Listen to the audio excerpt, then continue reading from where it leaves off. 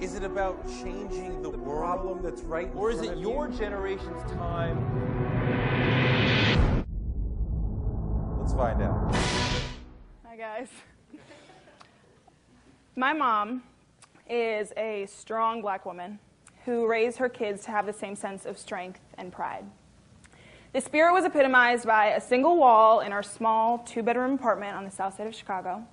2 pictures hung proudly, one larger-than-life photo of my siblings and I, and the other, a picture of my mom at 12 years old, staring into the eyes of Dr. Martin Luther King Jr. When I was younger, I used to stand on my tippy toes, stare at that picture, close my eyes tightly, and just pretend that it was me, gazing up at the man who revolutionized the civil rights movement, who marched on Washington, and who transformed a generation by his words, "I have a dream." But I did get to meet him. Now, obviously, I didn't meet Dr. King, but I met a man named Dr. Vincent Harding. He worked with Dr. King from day one and even wrote some of his most iconic speeches. You see, this was a really important moment for me as a kid because it was the first time that I realized that it wasn't just Dr. King who led this revolution, but he was surrounded by a movement made up of Anonymous Extraordinaries.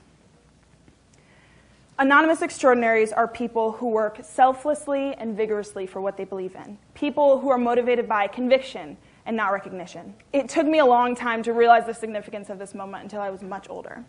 And like I said, I grew up in Chicago. I grew up in a rough, poor neighborhood, but it didn't really matter to me as a kid because I literally have the most incredible family in the world. 2 things that I did struggle with a lot growing up was, one, that my dad has been sick my whole life. He suffers from Parkinson's and pancreatitis, and as a kid, it was so hard for me to watch my hero in so much pain. And my other issue was with me. I guess you could say I had an identity crisis. I had to move 4 times during high school, and my freshman year, I went to an extremely racist high school. These kids were so cruel. They gave us hate letters, wrote terrible things on our lockers, and because I'm biracial, they would tell me, you can't be both. You have to choose, black or white. And in the end, I just resented being either. And then all of a sudden, my senior year rolls around 2008, and being mixed, being racially ambiguous is this new cool fad. Like, oh, Natalie, now it's okay for you to like you. You're pretty now. I was over it. I was really tired of caring about what other people thought, and I just wanted to do whatever I could do to hurry up, go through my classes, whatever school I was going to be at next, and graduate.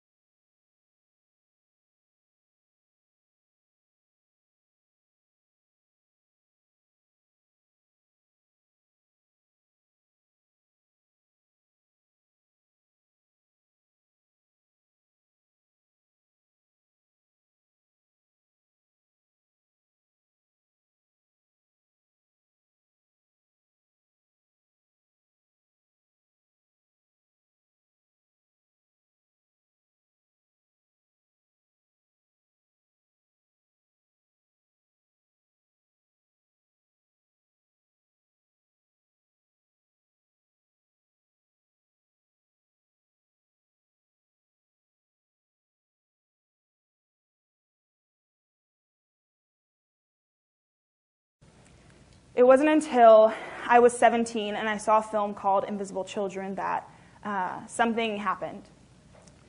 Child soldiers, children, as young as my nephews, being abducted, given AK-47s, and forced to kill. Not just anyone, but oftentimes forced to kill their own parents, their own siblings. A rebel army committing mass murder for no political or religious reason, just because. 25 years. 25 years this conflict has been going on. I'm 20 years old, so that makes this conflict 5 years older than me. One man with one charismatic voice started this whole thing. His name is Joseph Kony.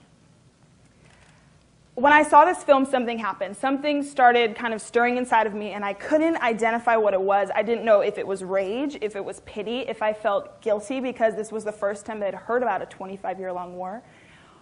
I couldn't even give it a name. All I knew is that it kicked me off my ass, and I started asking questions. What do I do? What can one 17-year-old do? You've got to give me something. And they gave me something. The founders and filmmakers at Invisible Children told me that there was this bill, that if we could just get this bill passed, it would do two things. One, it would apprehend Joseph Kony and the top commanders in his rebel army. And two, it would provide funding for the recovery of these regions that have been devastated by 25 years of war. And I was like, done. Let me at it. I swear I will do whatever I can to make this happen. So myself and 99 other idealistic 18 to 20-year-olds hopped on a plane to intern in San Diego with Invisible Children. I was postponing college. We weren't getting paid for this, and you could call it irresponsible or crazy. My parents did. But for us, it would have been insane not to go. We all felt this urgency, and we would do whatever it took to pass this bill. So we were given our first task.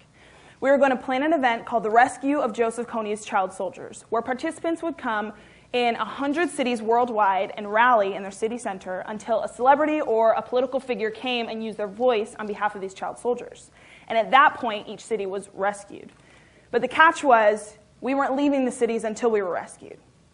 I was given Chicago and 9 other cities, and I told my bosses, I was like, if we're going for big-name people, why not go for the Queen Bee? Why not go for Oprah Winfrey? They thought I was a little idealistic, but I mean, we were trying to think big. We were doing an impossible thing, so why not try to reach more impossible things? And so we had from January and April to get this done.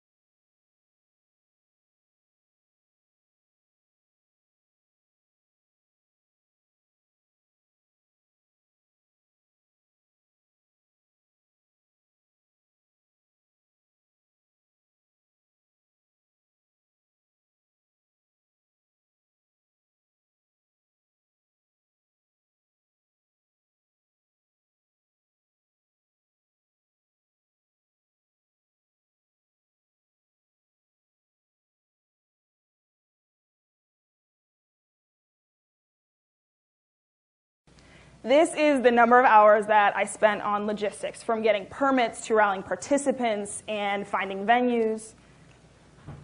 This is the number of times that I was rejected by celebrities, agents, or politicians' secretaries. That is the number of the amount of money that I spent personally on Red Bull and Diet Coke to stay awake during this movement. You can judge me if you want to. That is my hospital bill from the kidney infection I got from an overconsumption of caffeine due to this event. These were just some of the ridiculous things that we did to try and pull this event off. And so April 21st rolls around, and the event begins. 100 cities around the world. They were beautiful. 6 days later, all the cities were rescued but one, Chicago. So we were waiting in the city. People started coming from all over the world, all over the country to be reinforcements and join their voice with ours. And finally, on May 1st, we wrapped ourselves around Oprah's studio, and we got her attention. This is a clip from a film called Together We Are Free, documenting the rescue event and my attempt to get Oprah. First one.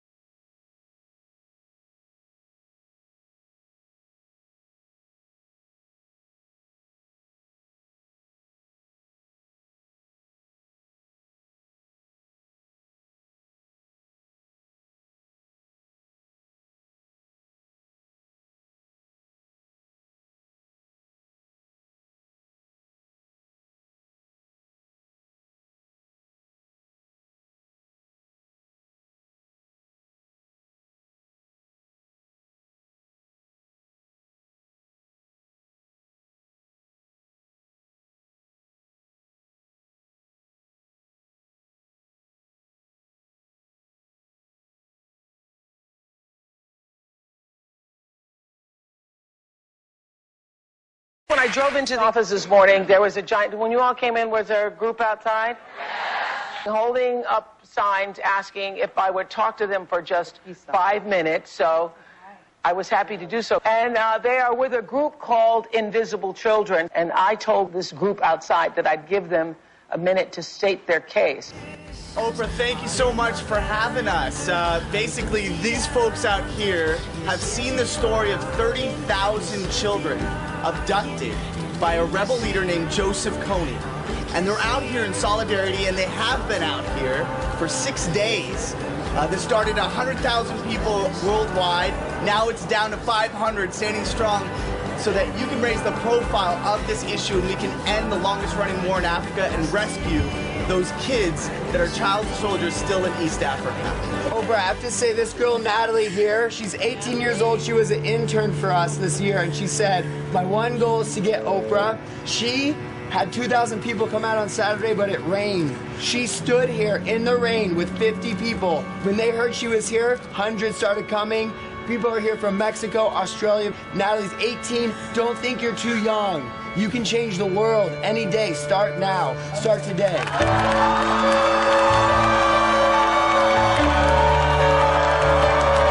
Was it worth it?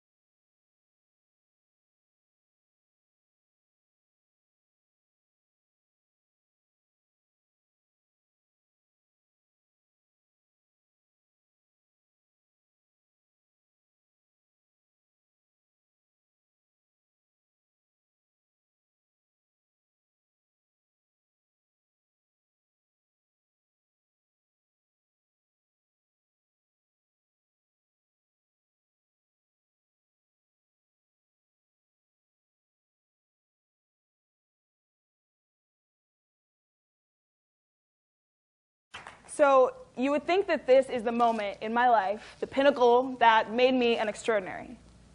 And it was an awesome moment. I mean, I was on top of the world. 10 million people watched the Oprah Winfrey Show. But looking back, that wasn't it. Don't get me wrong. Like I said, it was a great moment. It made for a heck of a profile picture on Facebook for a week. But I had been extraordinary all along, and I wasn't alone. You see, even though my story was featured in this film, I was just one of 100 interns who worked their tails off to make this happen.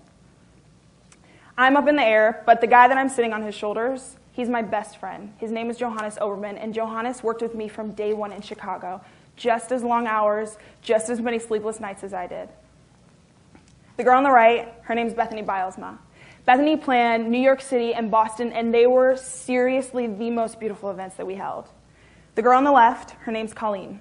Colleen moved to Mexico, moved for 3 months to plan 5 events there, only to be kicked out the day before the events because of the swine flu.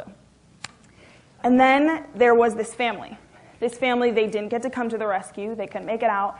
But they ordered 100 boxes of pizza for us, delivered them to the corner of Michigan and Randolph, where we were all silently protesting. You see, it was people like this doing whatever they could, simultaneously, single-mindedly, without a care to who was watching, that made this happen. It wasn't about us getting on Oprah, because when I got down from their shoulders, the war hadn't ended. It was about that bill. Oprah was just a checkpoint on the way to that bill. That bill was the point. That bill is what we had our eyes set on from day one. That was going to help us end Africa's longest-running war. And that is what brought 100,000 people out to the rescue event from around the world. And it paid off.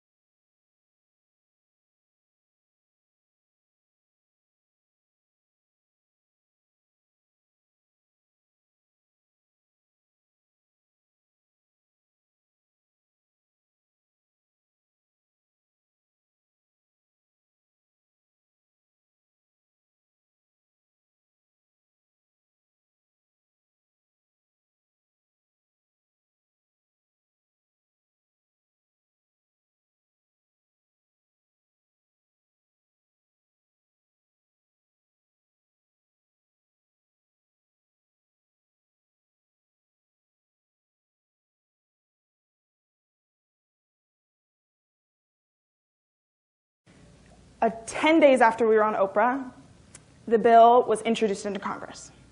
A year after that, it got unanimously 267 co-sponsors in Congress. And then 1 week after that, President Obama signed our bill into law.